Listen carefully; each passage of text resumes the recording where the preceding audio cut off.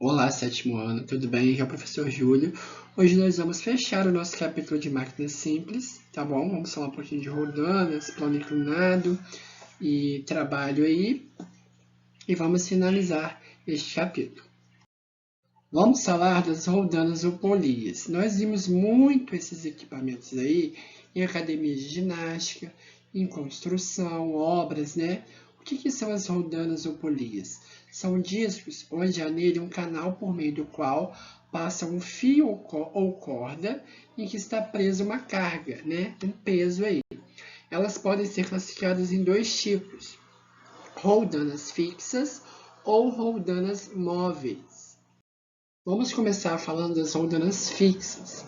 A roldana fixa ela facilita a realização de um esforço.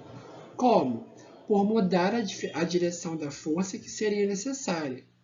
Nesse caso, como a gente pode observar nessa figura aí, a força necessária para equilibrar o corpo é igual à força realizada pela pessoa, né?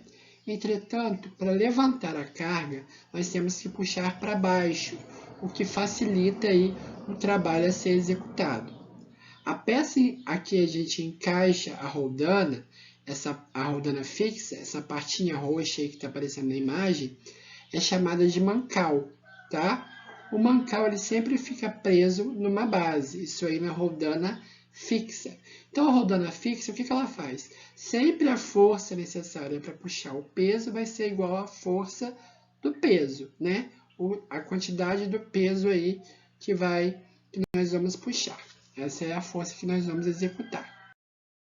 Já as roldanas móveis, elas diminuem a intensidade do esforço, né, necessário para sustentar o corpo. Por quê? Pois parte desse esforço é feito pelo teto, que sustenta o conjunto, né? Olha esse esquema aí do lado. A rodana móvel, ela facilita o trabalho porque a força necessária é reduzida pela metade. Olha o peso aí que tem o balde, 80, né?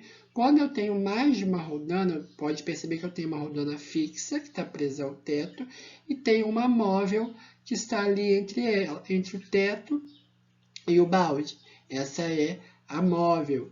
Então, o peso que tem ali ao corpo do balde, que é 80 kgf, vai ser dividido ali entre as roldanas, né? Então, é reduzida pela metade. Para isso que serve a roldana móvel.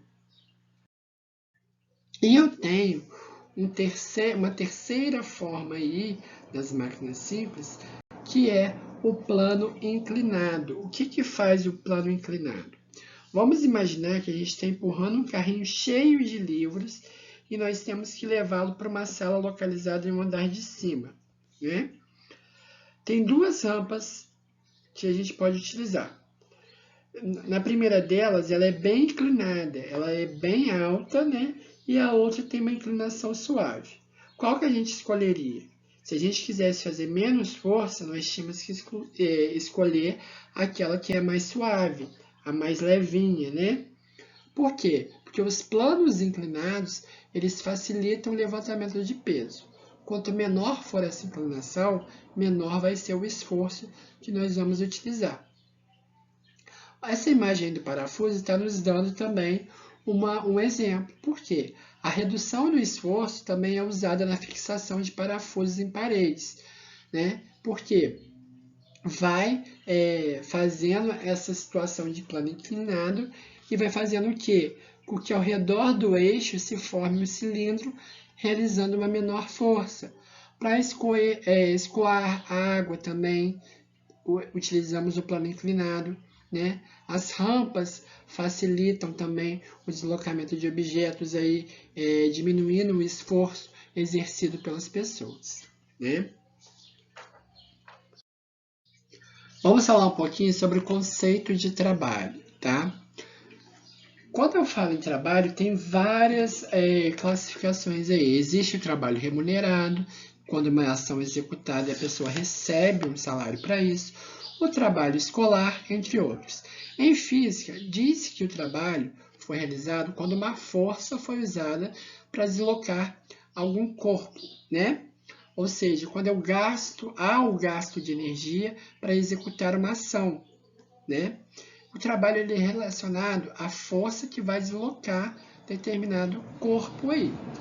Então, o trabalho é igual a força vezes o deslocamento. Sempre iremos utilizar esta fórmula aí. É energia gasta através de uma força para deslocar algum corpo. Por exemplo, quando o carro enguiça, nós temos que realizar uma força para empurrar aquele carro para ele voltar a pegar. Vamos dizer assim, né? Eu gasto uma energia. Essa energia gasta é o que nós chamamos de trabalho, tá?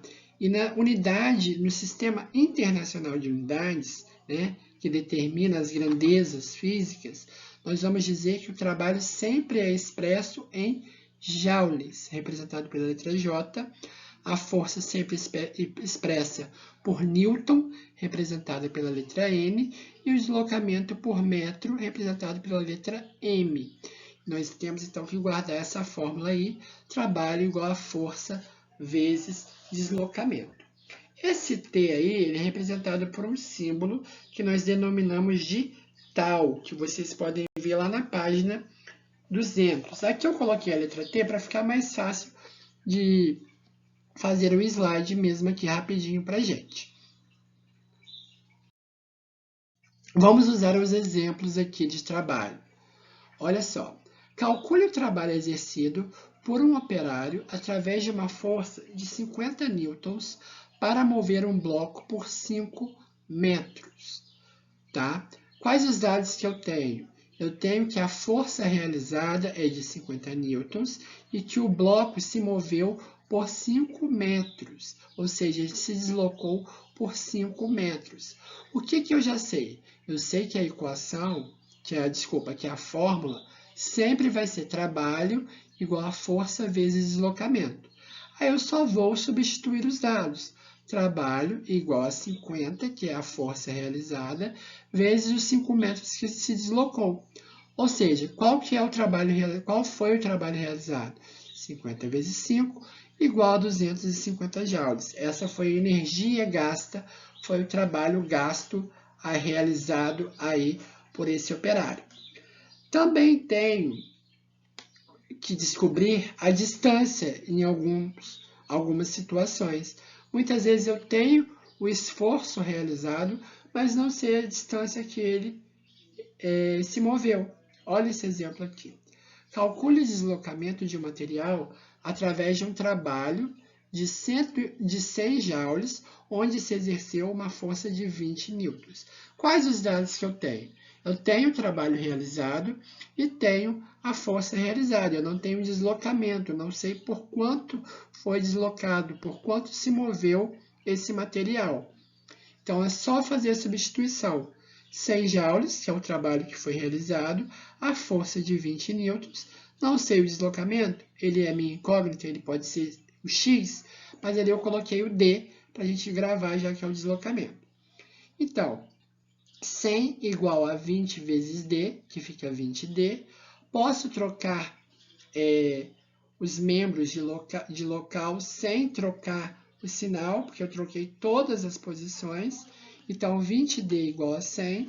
Só fazer a divisão. O que acompanha a letra vai para o denominador, né? Então, 100 dividido por 20, eu tenho a distância percorrida aí por esse material, que é de 50 metros. E tenho também, em máquinas simples, a potência. A potência sempre vai ser o que eu realizei, né? A energia gasta em determinado tempo. Isso é expresso através de potência, a energia ou trabalho que eu realizei em um determinado tempo. Isso tudo vai ser transformado em potência. Vamos usar esse exemplo aqui como parâmetro para a gente. 2 atletas na academia de ginástica levantam o mesmo peso à mesma altura. Entretanto, eles gastam a mesma energia, ou seja, eles exercem o mesmo trabalho para realizar essa atividade. A energia gasta por esses atletas é de 80 joules, né?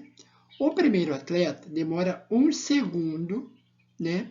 e o segundo atleta demora 2 segundos para executar essa ação. Então, nós já vimos que os tempos são diferentes, né? Aí pergunta, qual a potência, qual a energia gasta por esse tempo? Então, qual a energia que ele gastou naquele determinado tempo de 1 e de 2 segundos? É só fazer a substituição, né? Lembrando que quando é gasto de energia ou trabalho, eu expresso por joule. O tempo eu expresso por segundos.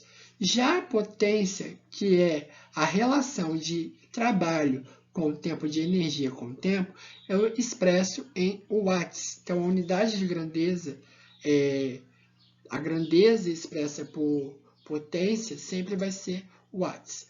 Vamos analisar os dois atletas aí, tá? O primeiro atleta, os dois vão gastar a mesma energia, vão executar a mesma energia, o mesmo trabalho de 80 joules, né? Então, vamos lá. Atleta 1, 80 joules, em quanto tempo que ele faz? 1 segundo. 80 dividido por 1, 80 watts. Então, a potência do primeiro atleta é de 80 watts. Do segundo atleta, ele leva 2 segundos para realizar a ação. Então, o trabalho exercido por ele é de 80 joules dividido pelo tempo de 2 segundos. Então, vai ser 80 por 2, 40 watts. Se nós formos analisar esses dois atletas, qual vai executar a maior potência no exercício? O primeiro atleta, que gasta 80 watts. Então, em física, nós temos que memorizar o quê? As grandezas que são utilizadas, tá? Porque nos exercícios tem que ter a unidade expressa, se é em joules, se é em metros, se é em segundos, se é watts, tá? Ficar muito atento a isso aí. Com isso, nós fechamos o capítulo de máquinas simples, pessoal. Vou passar exercícios para vocês treinarem, tá? E essas fórmulas caem na prova, fiquem atentos aos problemas, façam os exercícios com calma, revisem para fazer uma boa prova aí, tá bom? Fiquem com Deus, uma boa semana para vocês. Um abraço, professor Júlio.